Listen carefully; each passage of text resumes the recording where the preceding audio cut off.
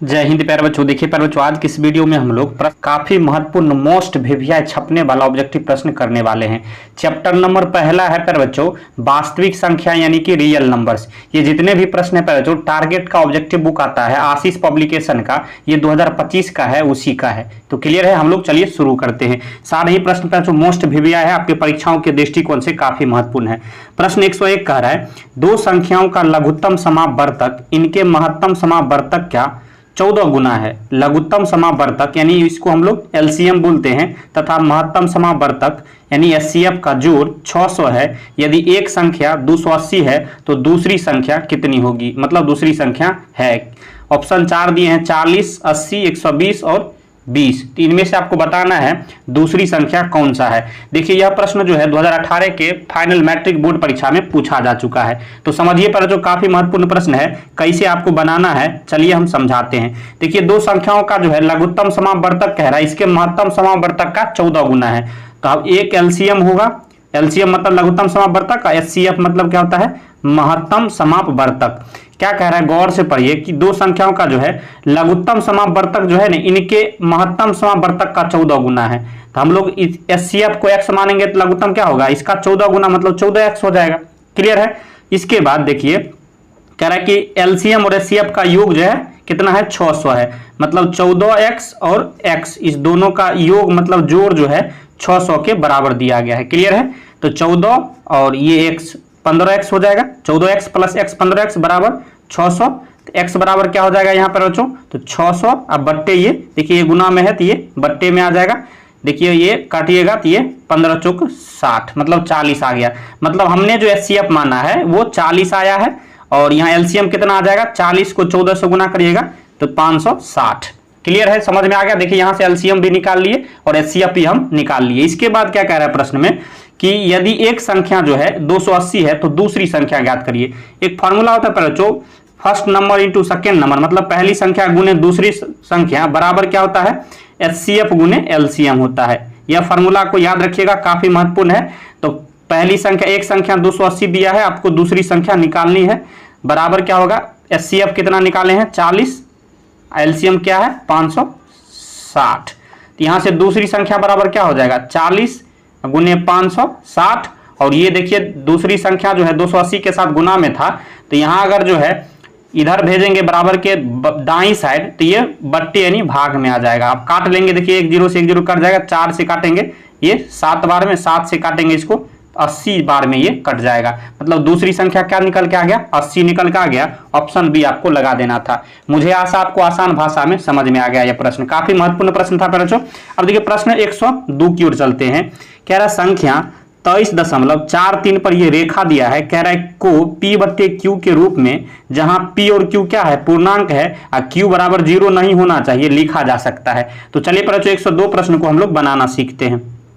देखिए क्या कर रहा है, इसको p बट्टे q के रूप में लिखिए, जहां जो है q मतलब बट्टा के नीचे वाला 0 नहीं होना चाहिए। क्या दिया है 23.43, इसके ऊपर रेखा है। अब इसे p बट्टे q के रूप में कैसे हम लोग बदलेंगे, ट्रिक से समझिए पर जो लॉन्ग आपको नहीं जाना है। ये 2343 है ना, दशमलव उसलव छोड़ के डायरेक्ट यह संख्या लिख दीजिए सबसे पहले 2343। अब घटाना किसको है, जिस पर ये रेखा नहीं है, तो 23 पर रेखा नहीं है तो इसको हम लोग घटा लेंगे। अब बट्टे के नीचे क्या करेंगे, जितनी संख्या पे रेखा है उतना 9 देंगे। यहाँ देखिए दशमलव के बाद 2 संख्या पे रेखा था तो उतना हम 9 दे देंगे, 2 9 दे देंगे। अब 2343 में से 30 जाएगा तो कितना हो जाएगा 2320 बचेगा, अब बट्टे 99 देखेंगे, यही आपका सही आंसर हो जाएगा। ऑप्शन में देखेंगे 2320 बट्टे 99, ऑप्शन ए दिया गया था, ये बिल्कुल सही हो जाता। क्लियर है पर जो समझ में आ गया ट्रिक से कैसे आपको बनाना है। वीडियो पसंद आया हो तो लाइक जरूर करिए। अब हम लोग जो है प्रश्न संख्या 103 की ओर चलते हैं। कह रहा है कि x पर n+1 का एक गुणांक x+1 है, तो सिर्फ तभी ये ऑप्शन ए कह रहा है n एक धनात्मक पूर्णांक है, n एक विषम पूर्णांक है, n एक ऋणात्मक पूर्णांक है, n एक सम पूर्णांक है। यह प्रश्न भी 2018 में पूछा गया है। यह प्रश्न आपको पिछले वीडियो में करवा चुके हैं बच्चों। यहाँ जो n का मान क्या होना चाहिए विषम होना चाहिए। ऑप्शन बी आपको बिल्कुल सही हो जाएगा, याद कर लीजिए, पिछला वीडियो देख लीजिए, मैं पूरा कॉन्सेप्ट के साथ समझा दिया है। प्रश्न जो है 104 कह रहा है कि 6x⁴y तथा 12xy का महत्तम समावर्तक है।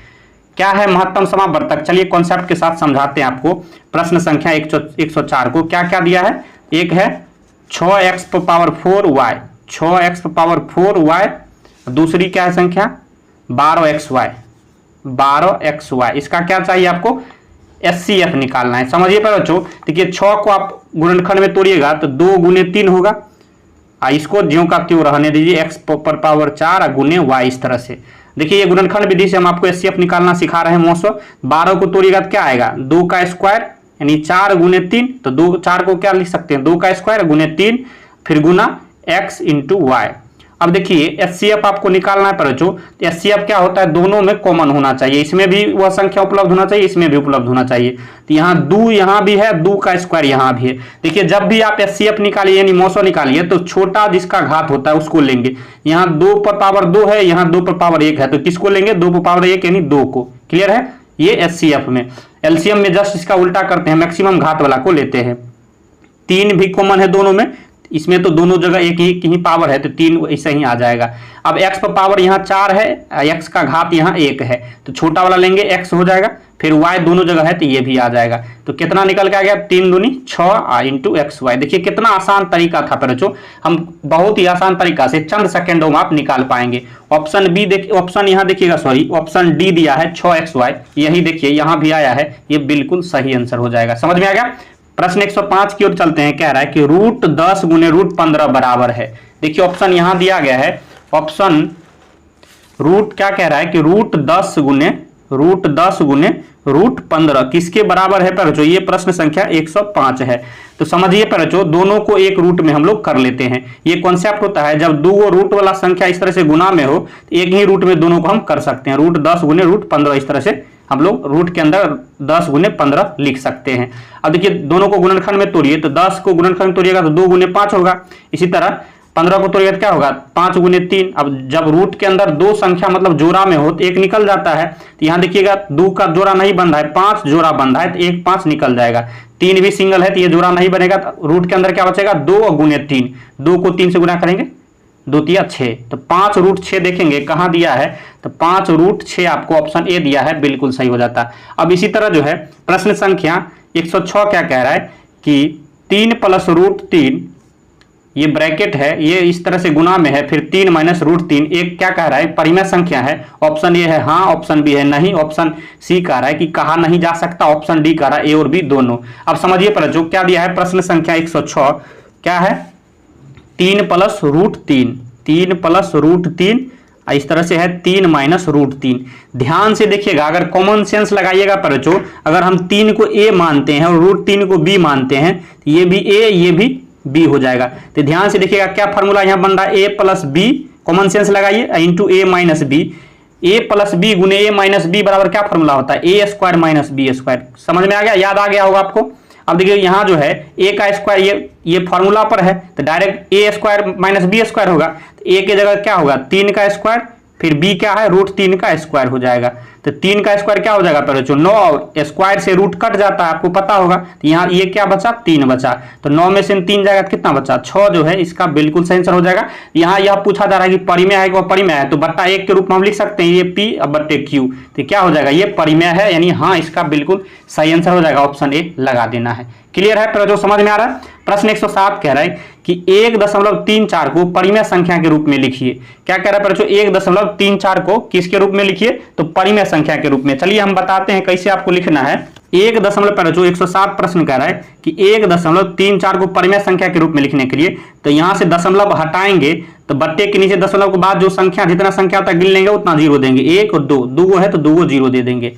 तो देखिए क्या हो गया, अब कटने वाला ये 134 बट्टे क्या आ गया 100, कटने वाला है काट लीजिए, 2 से कटेगा ये 50 बार में, 2 से कटेगा 2 छक 12, 2 सत्ते 14, मतलब 67 बट्टे 50 जो है ये निकल के आ गया, ये जो है p बट्टे q के रूप में ये परिमेय संख्या। तो ऑप्शन बी आपको देखिए 67 बट्टे 50 दिया है, बिल्कुल सही हो जाता है। समझ में आ रहा है पर बच्चों, वीडियो पसंद जरूर आ रहा होगा आपको क्योंकि मैं बहुत ही आसान तरीके से आपको पढ़ा रहा हूँ। प्रश्न 108 की ओर चलते हैं। क्या रहा है कि क्या सभी वास्तविक संख्याएं एक परिमेय संख्या है। यह प्रश्न भी 2013 में पूछा गया है, पूछा जा रहा है। प्रश्न संख्या 108, क्या सभी वास्तविक संख्या एक परिमेय संख्या होता है। बिल्कुल नहीं होता है पर बच्चों, क्योंकि रूट √4 हो गया, √6 हो गया, √3 हो गया, √2 हो गया, या 5, 6, ये सब वास्तविक संख्या होता है। तो सब परिमेय संख्या है? बिल्कुल नहीं है। ये परिमेय संख्या है, ये अपरिमेय है, ये अपरिमेय है, ये अपरिमेय है, ये परिमेय है, ये परिमेय है।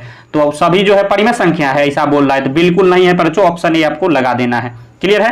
प्रश्न जो है 109 की ओर चलते हैं। कह रहा है कि 0.23 को परिमेय संख्या के रूप में लिखिए। अब क्या कह रहा है प्रश्न संख्या 109 कि 0.23 पर रेखा इसको परिमेय संख्या के रूप में लिखिए। आपको क्या करना पड़ेगा? 23 डायरेक्ट लिख लेना है। अब बट्टे के नीचे क्या रखेंगे? जितनी संख्या पे रेखा है उतना आपको 9 देना है। 2 संख्या पे है तो 2 9 देंगे, तो 23/99 देखेंगे। आपको ऑप्शन में ऑप्शन बी दिया है, बिल्कुल सही हो जाता है। बहुत ही आसान तरीका है बच्चों परिमेय संख्या निकालने का। प्रश्न 110 की ओर चलते हैं। कह रहे 2 संख्याओं का गुणनफल किसके बराबर होता है? अभी हमने फॉर्मूला बताया है। 2 संख्याओं का गुणनफल मतलब first number into second number बराबर क्या होता है बच्चों? HCF गुने LCM होता है। ऑप्शन सी दिया गया है, लगा देना है। तो इस तरह से हमने आपको 10 काफी महत्वपूर्ण विभिया ऑब्जेक्टिव प्रश्न कराए हैं। वीडियो आपको कैसा लगा? अगर वीडियो आपको पसंद आया हो तो लाइक करिएगा, चैनल पर नए हैं सब्सक्राइब कर लीजिए, क्योंकि इस तरह का बेहतरीन विभिया ऑब्जेक्टिव प्रश्न आपको इस चैनल के माध्यम से मिलता रहेगा। वीडियो देखने के लिए धन्यवाद। मिलते हैं नेक्स्ट वीडियो में, तब तक के लिए जय हिंद, जय भारत।